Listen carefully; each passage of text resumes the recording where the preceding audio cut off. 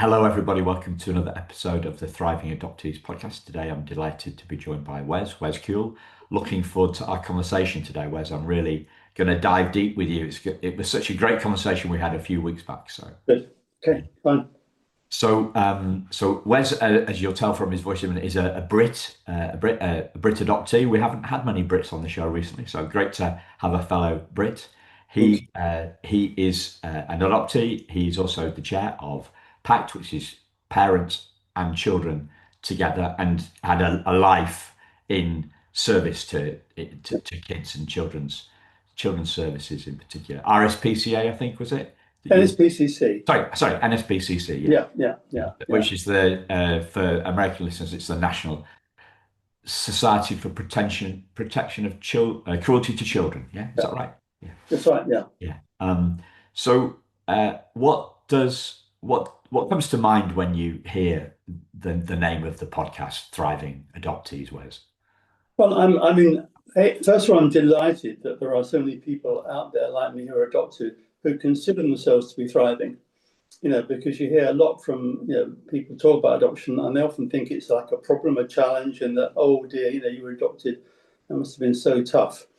And it's nice to realise that actually not.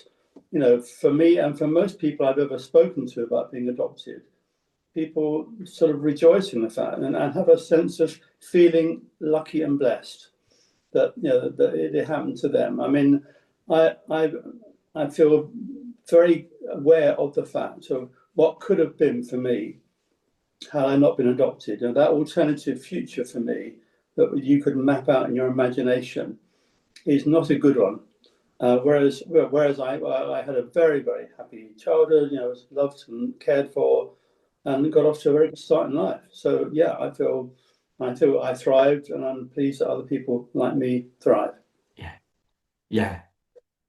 It's incredible the power of something like gratitude when it comes from within. Uh-huh. But what we see in the adoption world, especially, I think this is more in the States than the UK. I'm not sure, but the idea when somebody tells us that we should be grateful, somebody tells us that that we should thank our lucky stars or something like Yeah. that.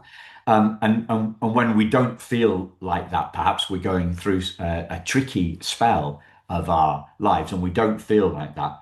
It can feel really invalidating. Mhm. So if that there's so much about that on social, and there's even a book I should be grateful or something like that. Mhm. But whenever I get near gratitude and being grateful for things, I feel that I have to kind of differentiate between that internal spontaneous feeling that comes Yeah. up from within us, which is poles apart from when somebody tells us how we should feel about anything. Nobody likes being told to feel differently than they Yeah. do. That's a very good point. Nobody likes to be told you should feel grateful, you should be thankful. But that isn't how it is for me. It's always been there. It's been a sort of spontaneous, I'm a lucky guy. I'm particularly lucky. Born in 1947. I'm the classic, baby boomer. I'm not sure they use that term in the States. I do regard myself, by the way, as being an honorary American because I spend 2 months of every year at least in America because my daughter and my grandchildren are out in America. And I love being told, I love your accent. That always gives me a real thrill. It was like, go there.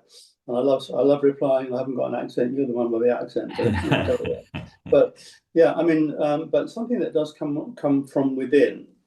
And I think that it's interesting to think back about, your own experience of realizing you're adopted. And I found, my generation it was unusual in my generation to be told you were adopted. Now, it's all out there from the get-go, and kids have books of history and they know the whole story, really. Life story books are part of the process. My generation, it was like, don't mention the word adoption. Everyone, let's all pretend you were the original real deal native born baby. And that's how it was for me. No one said a word. Um, and then age, 12 or 13, rummaging in a drawer where I shouldn't have been rummaging, out pops my adoption papers. And being a smart kid, I read them through. I think, what the hell is this all about? And then I realised what it means, and then made a decision not to say anything about it, to my parents. Primarily because where I found my papers were in a box of what you might call contraceptive devices. Now, at age 13, I didn't know anything about contraceptive devices, but again, being a smart kid, I read the instructions and worked out what these gadgets were, and then realised it was not something I wanted to discuss with my mum and dad. Okay, Yeah. so for various reasons, that conversation never happened.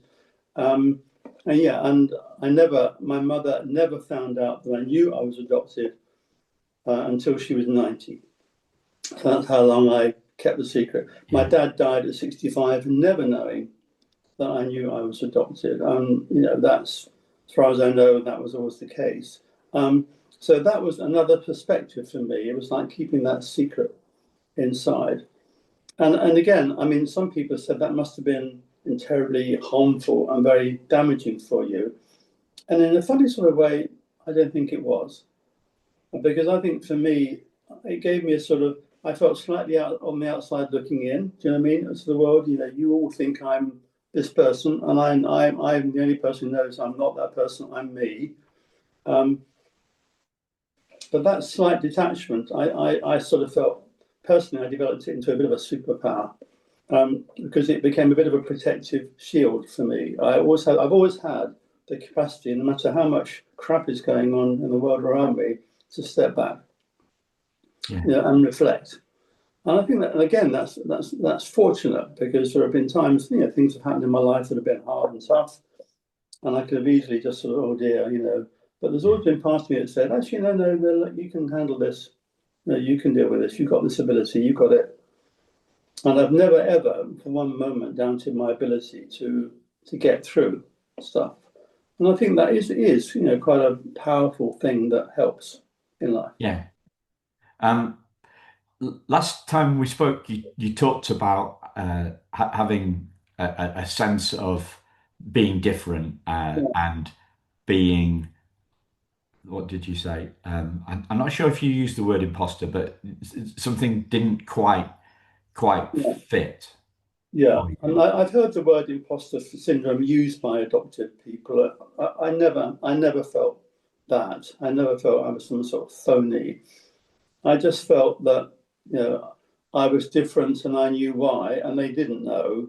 But it wasn't, in a sense, a major problem for me. I mean, you didn't have to be a genius growing up in the family I grew up in to realise that you were different. I mean, I was a miserable little bunny, sod as a child. I was a skinny, dark-haired, brown-eyed. Pictures of me, there's a permanent frown. I mean, I was one of those kids, very always into a book, very serious. My brother, who was a natural child of the marriage, was plump, had curly blonde hair, blue eyes. My mum and dad, plump, blonde hair, blue eyes.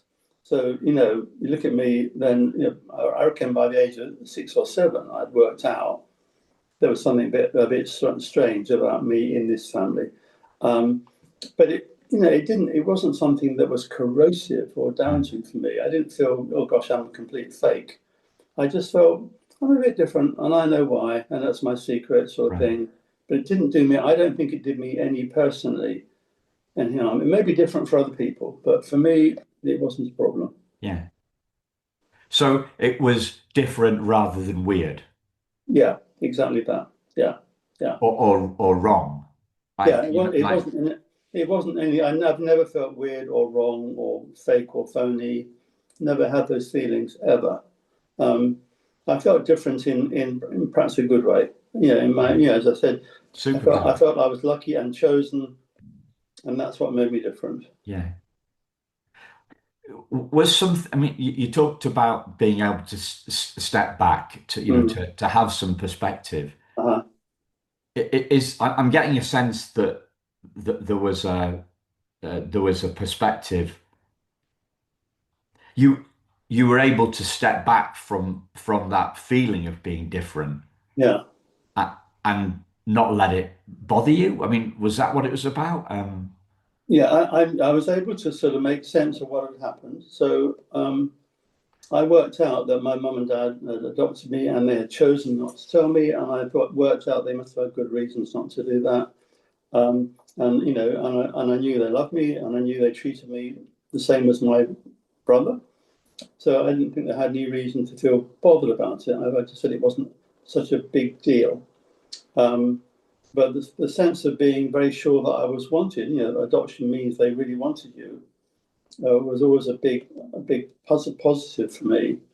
So Yeah. it was a sense of difference, but it wasn't a damaging or destructive sense of the word difference, I don't Yeah. think. I mean, you used the word superpower.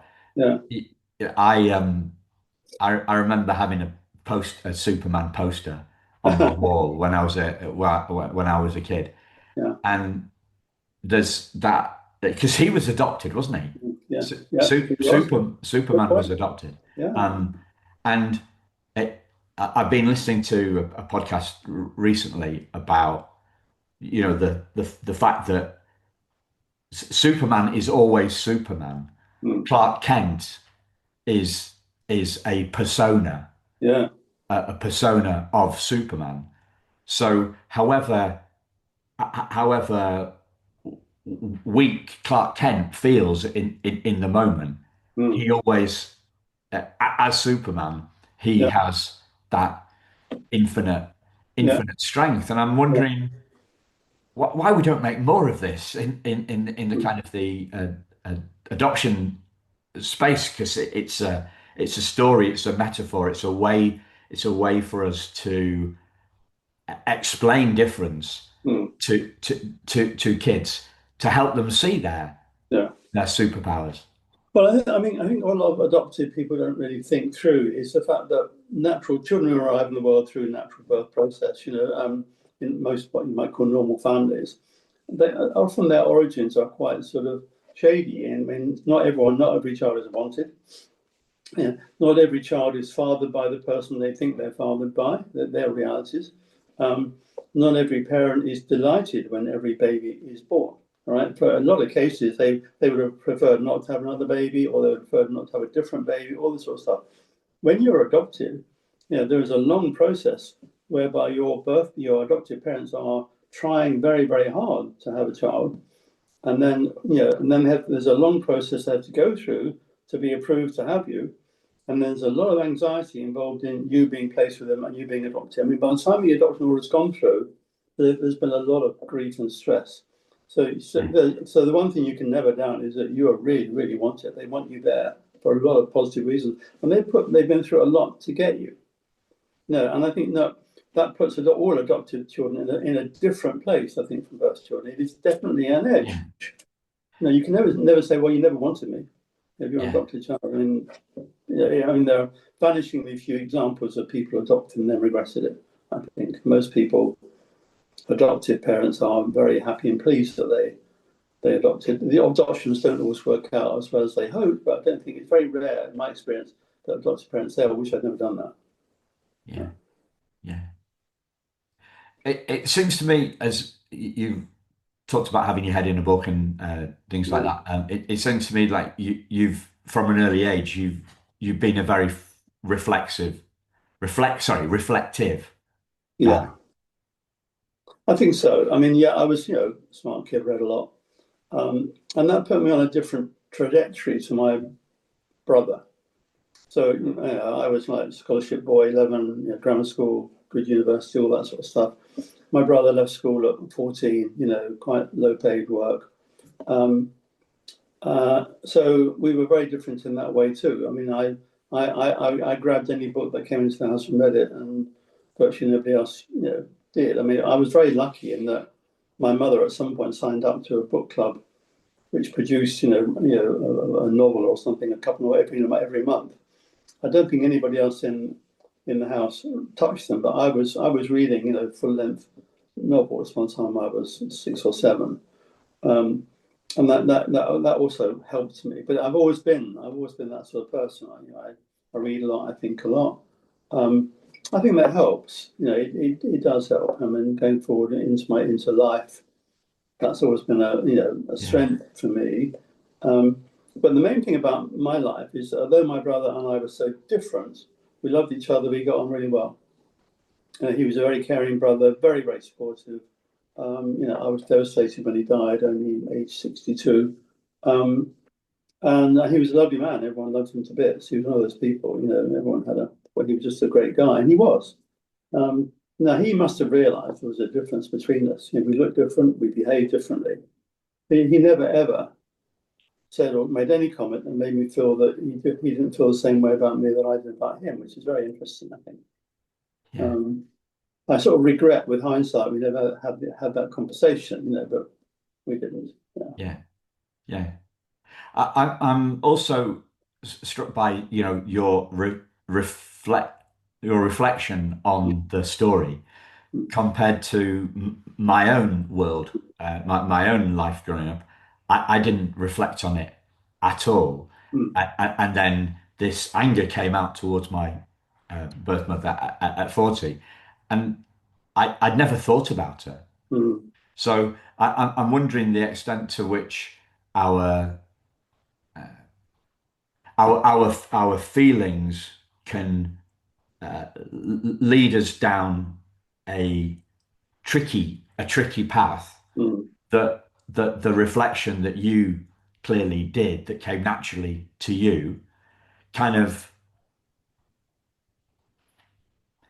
it stopped that reflection stopped you disappearing down the a hole of feeling weird or different, or the circumstances. I'm not sure what the question is there, Wes. I think the problem for me only began to arise when I was getting older, when I was married and having young children, and then the who am I really became more of an issue. Thinking about my birth mother, and all I had was this name, on a certificate, her name and where she lived in 1947, and I came across a birth certificate where the blank where the father's name should be. So I knew that was going to be a mystery. And I know that I've spoken to other people who were adopted in that generation of not being told about it, who then felt very angry with their adoptive parents for not sharing vital information with me. But for some reason, that never happened for me, because I knew I could have said something to them. I knew, and I chose not to. So I think I sort of took responsibility for that rather than blame them. But I had that choice, and I chose not to. So that the end of. But it did become a big issue for me. I mean, when you spoke to medics about having a baby and they said, "What's the family medical history?" And then you say, "Well, sorry, I haven't got one." None at all. Then they look at you and think, "Oh, that's a bit weird," but it is the truth. And when I became a father, I think that's when the desire to know more about my origins became much more powerful, and I felt quite driven to find out more. And I went through the search process when the law allowed it, and unsuccessfully. And now I do, if I feel any anger at all, it's towards the social worker who managed that process, because quite frankly, she didn't do her job properly, right? There were records out there to be found that she didn't find, which 10 years later, a good friend of mine, who was caring enough to think that I needed this information, took a week off from work, took a holiday, spent a whole week searching, and she found all this information within that period of time.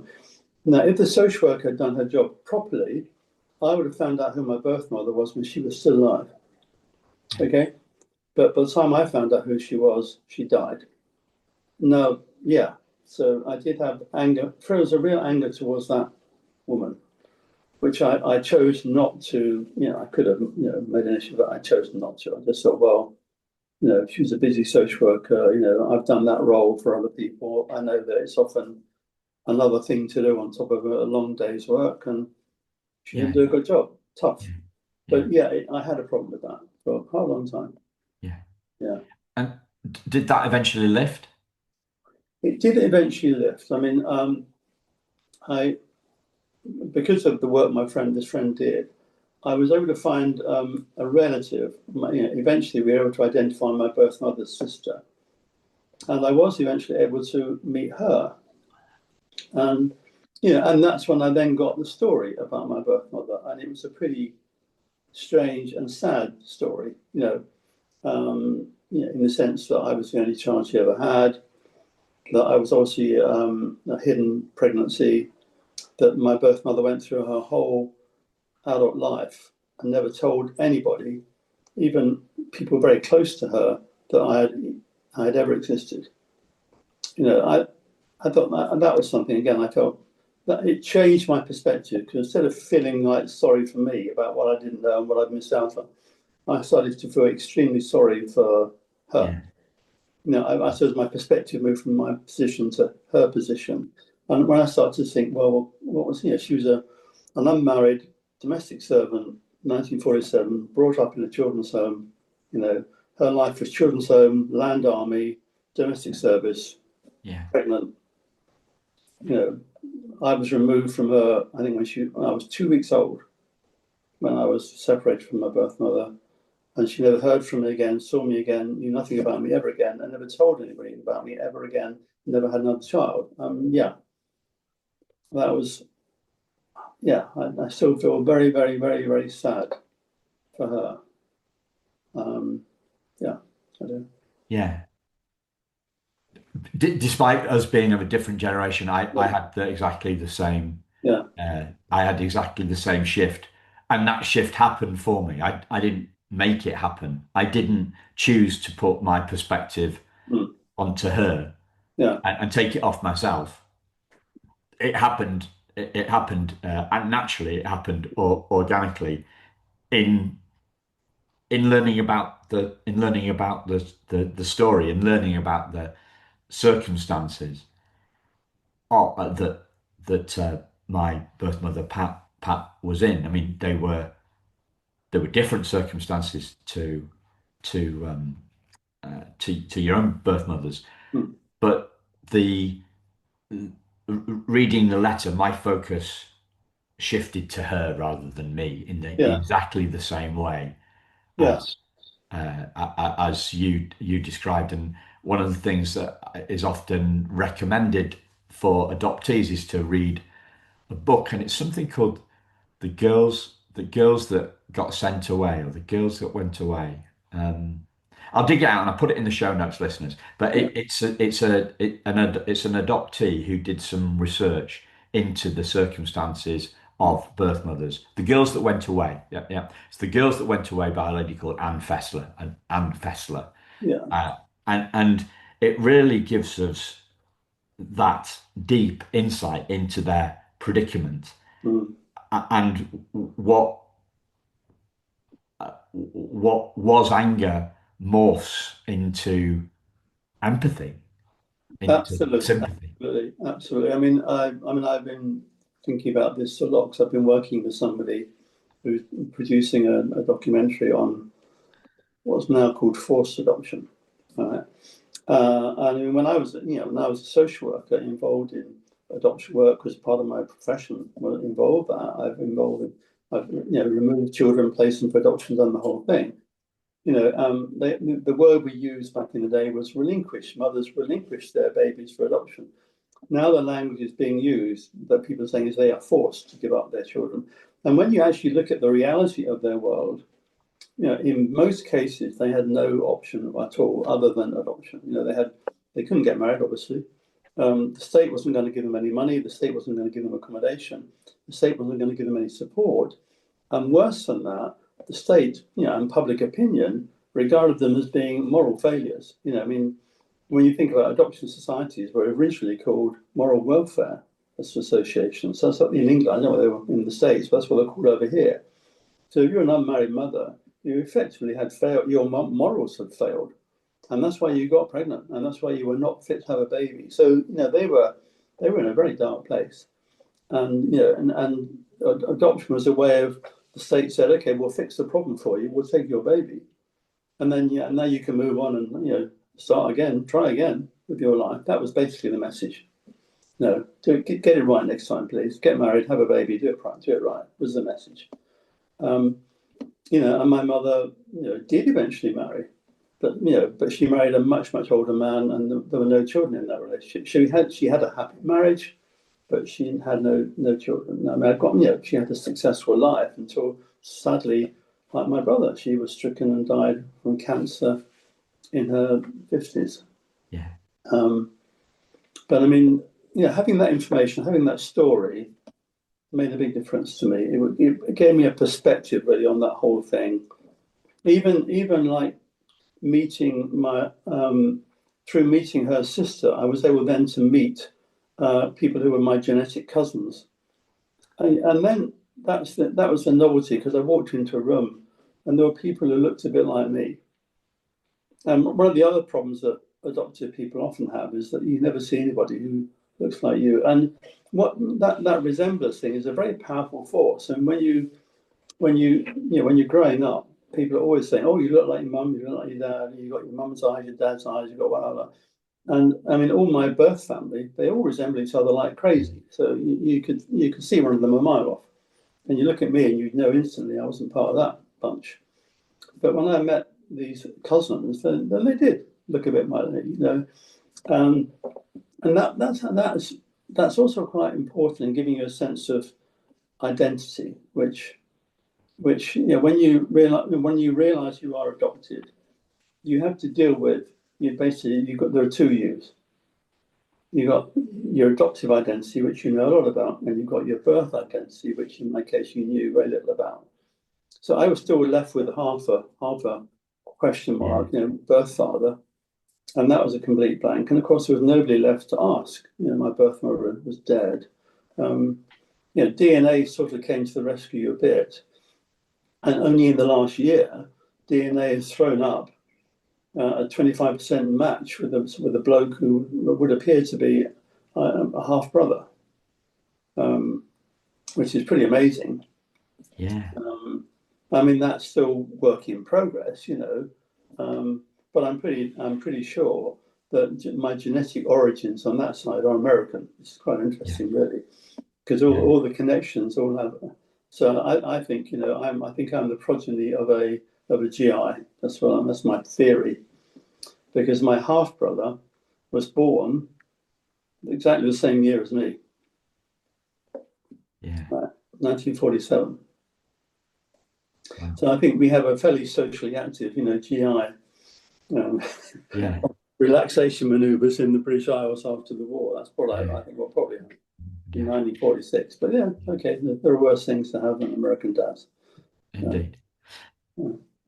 Can I change tack slightly, Wes? I'm keen to bring out what you've learnt about thriving through your, you know, in your professional career, because you've been in this lifelong. You're still involved. You're still working. You're still very active in this space, even now. Yeah. Yeah. So what have you learnt about thriving? What I've learned is that people who don't have a strong sense of self, a sense of a core me that is what has value and worth, and people care about, and people, you know, want to, you know, value, they will always have a big struggle going through life. Yeah, and no matter how much help and support you throw at people with those sort of problems, if you cannot do anything about that sense of internal worth, it's often wasted effort. On the other hand, when people have that strong sense of worth, no matter how crap their life might get at times, they have the ability to survive and recover. There is a core of people which I think is almost in some cases unbreakable.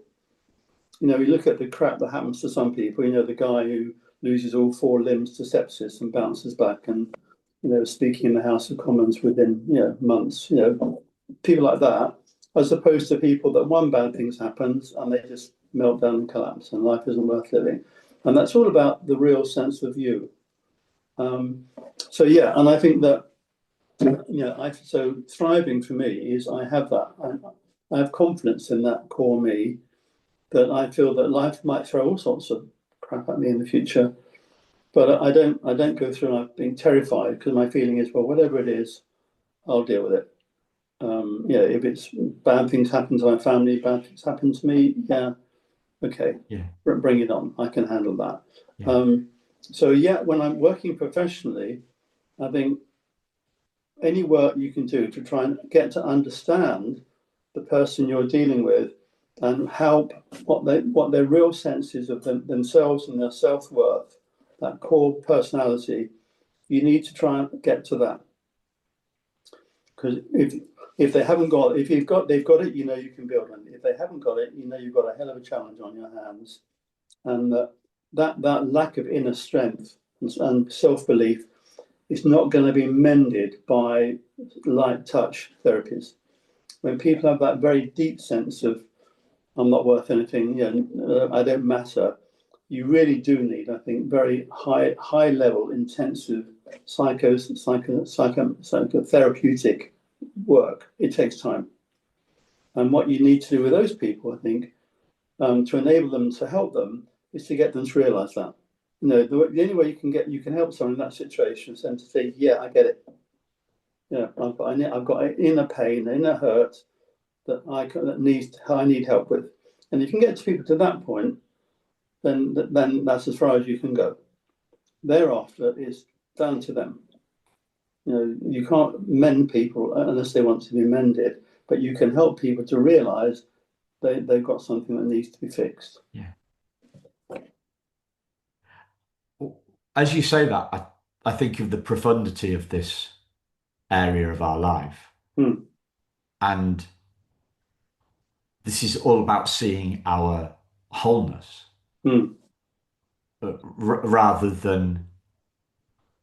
rather than you know, I try to be, we can feel broken, but underneath that feeling of brokenness is our wholeness.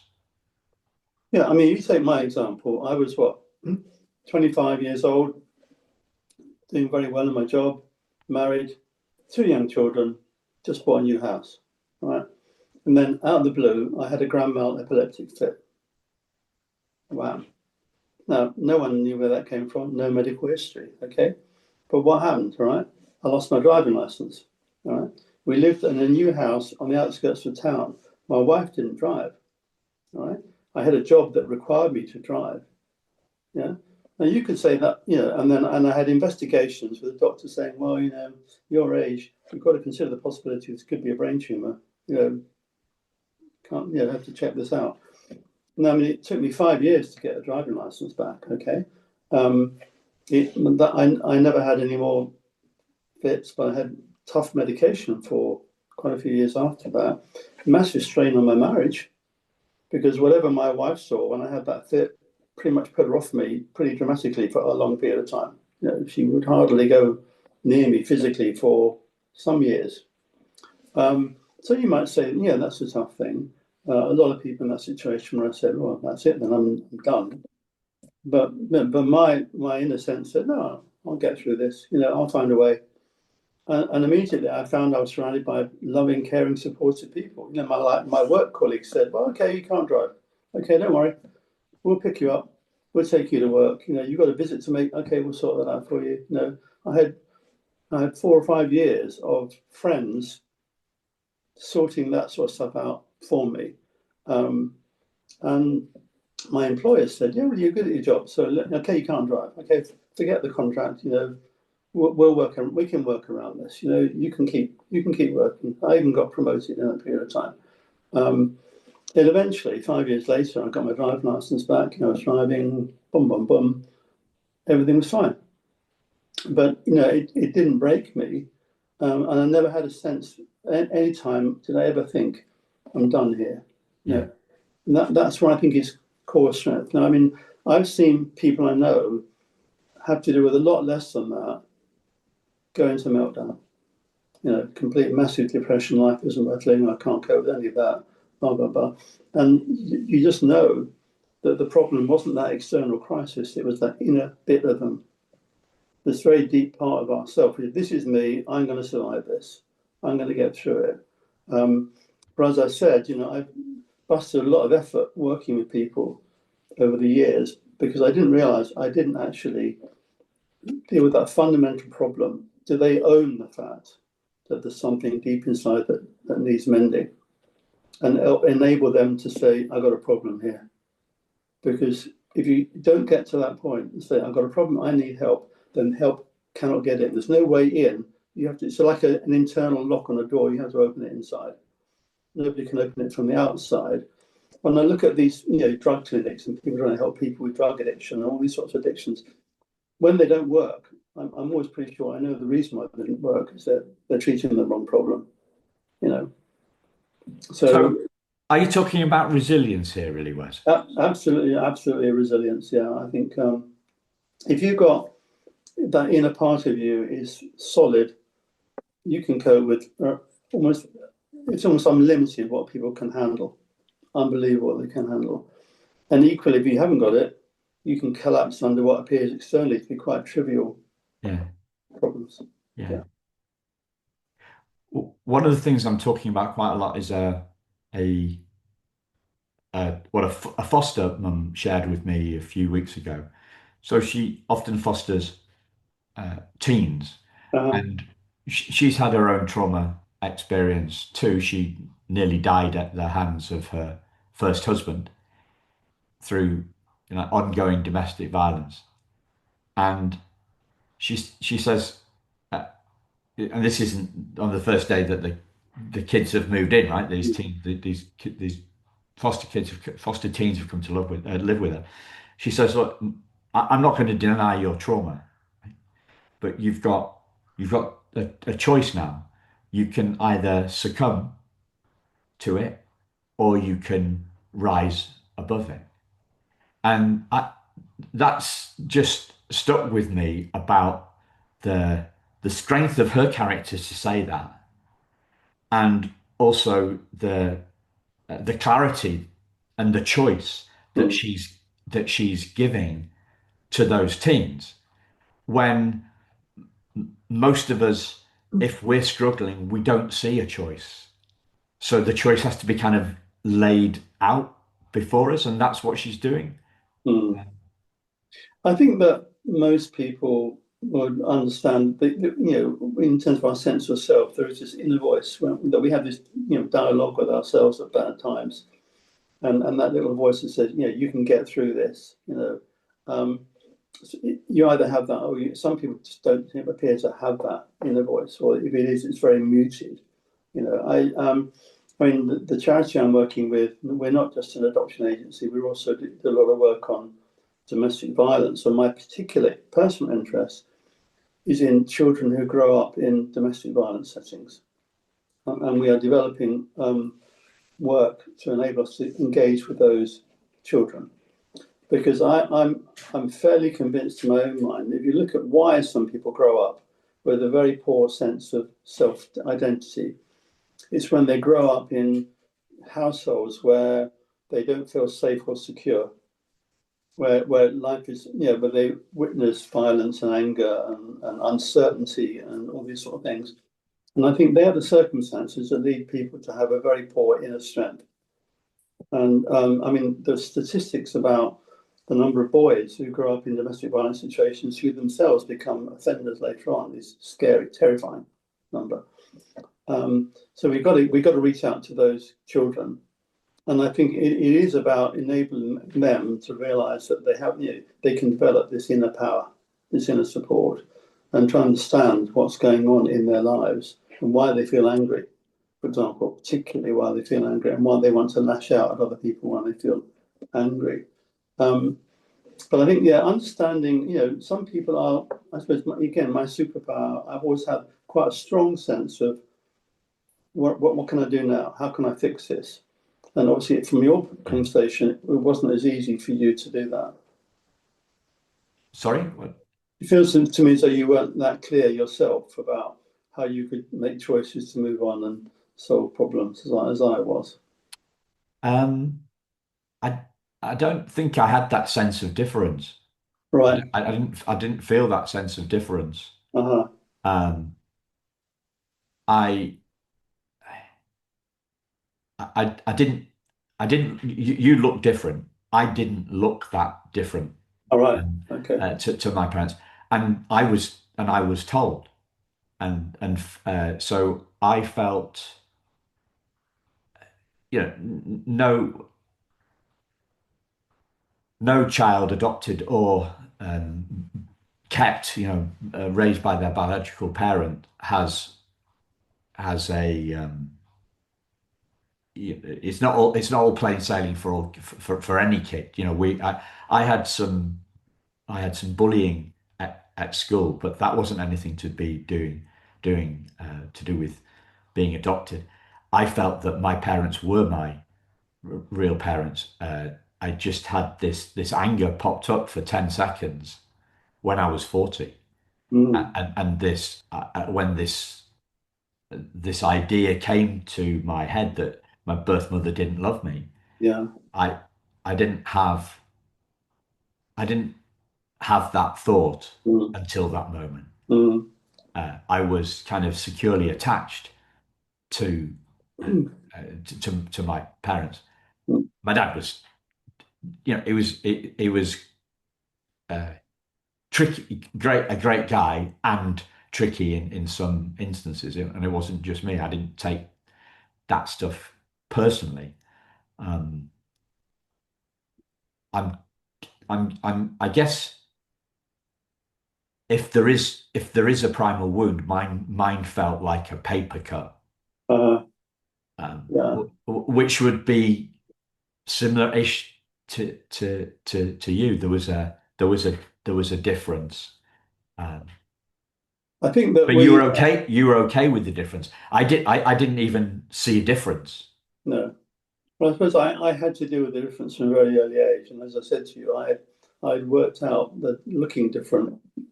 Yeah. By the time I found my adoption documentation, it wasn't like a great surprise. It was almost like a confirmation of something I had always suspected. Yes.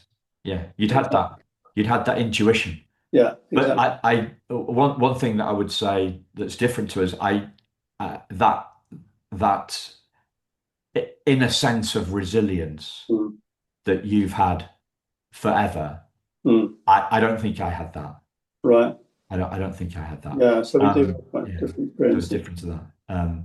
I mean, I'd say that you talked about the inner voice of strength. mm, My inner voice, my my internal dialogue was tricky, but only it was business related. yeah. It wasn't. I didn't have that inner voice of doubt when I was a kid, or when I was at school, or when I was at university. I had the inner voice when I took on, one of the family businesses, and that drove me nuts. So my inner dialogue, my inner critic was squawking in my ear Hmm. that I shouldn't let my family down. I should be doing better at business than I am, All right. and that business success Yeah. give me happiness. Yeah. Yeah, and then when I finally had a good year in business, it didn't bring me happiness, and that was the time when the stuff about my around the time that the stuff about my birth mother came up. So that was 19 years ago. That was the start of my search. Um, I mean, as a social worker, I did quite a lot of work, adoption counselling people who wanted to search for their birth parents. It's interesting to be on the other side of that conversation. And it was very uncommon to find people who felt quite angry, and hurt by the fact that their birth mother had like given them away. And I think that it's only quite recently that people have realised, the reality of the situation of a lot of these birth mothers, and this forced adoption debate has kicked off. And I don't think we're anywhere near working that through. But I think it's going to be a very painful realisation for the bulk of people in our society to realise just how many birth mothers and babies were involved. If you look at from the late 1940s through to the early 1970s, 40 or 50,000 adoptions a year going through of these sort of birth mother adoptions. And nearly all of them, that's a big number. 40,000, 50,000. yeah, yeah, yeah. That. That's a Yeah, big number. There's yeah, about yeah, 600,000 kids a year are born yeah. It's a big in the number. year at this time. So, sorry, Yeah, now. it's a big So, number. And yeah, and these were basically the majority of children born out of wedlock. Not very yeah, many. And that all stopped with birth control and abortion. But in those but back in the day, those activities produced real babies who had to be dealt with. yeah, But I mean that all these mothers who had no choice. All these babies were suddenly plonked from one family to another. And there's a lot of all these people thinking, oh, my mother didn't love me, she gave me away.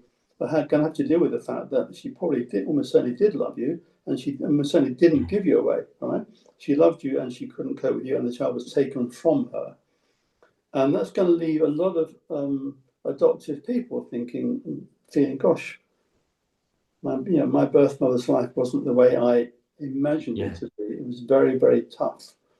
And when people start to realize that a lot of these birth mothers went through their whole of their adult lives feeling hurt and anger and regret about this lost child, yeah, it doesn't help. I yeah, when I used to think about I realized that my birth mother could have been thinking about me almost every day. yeah.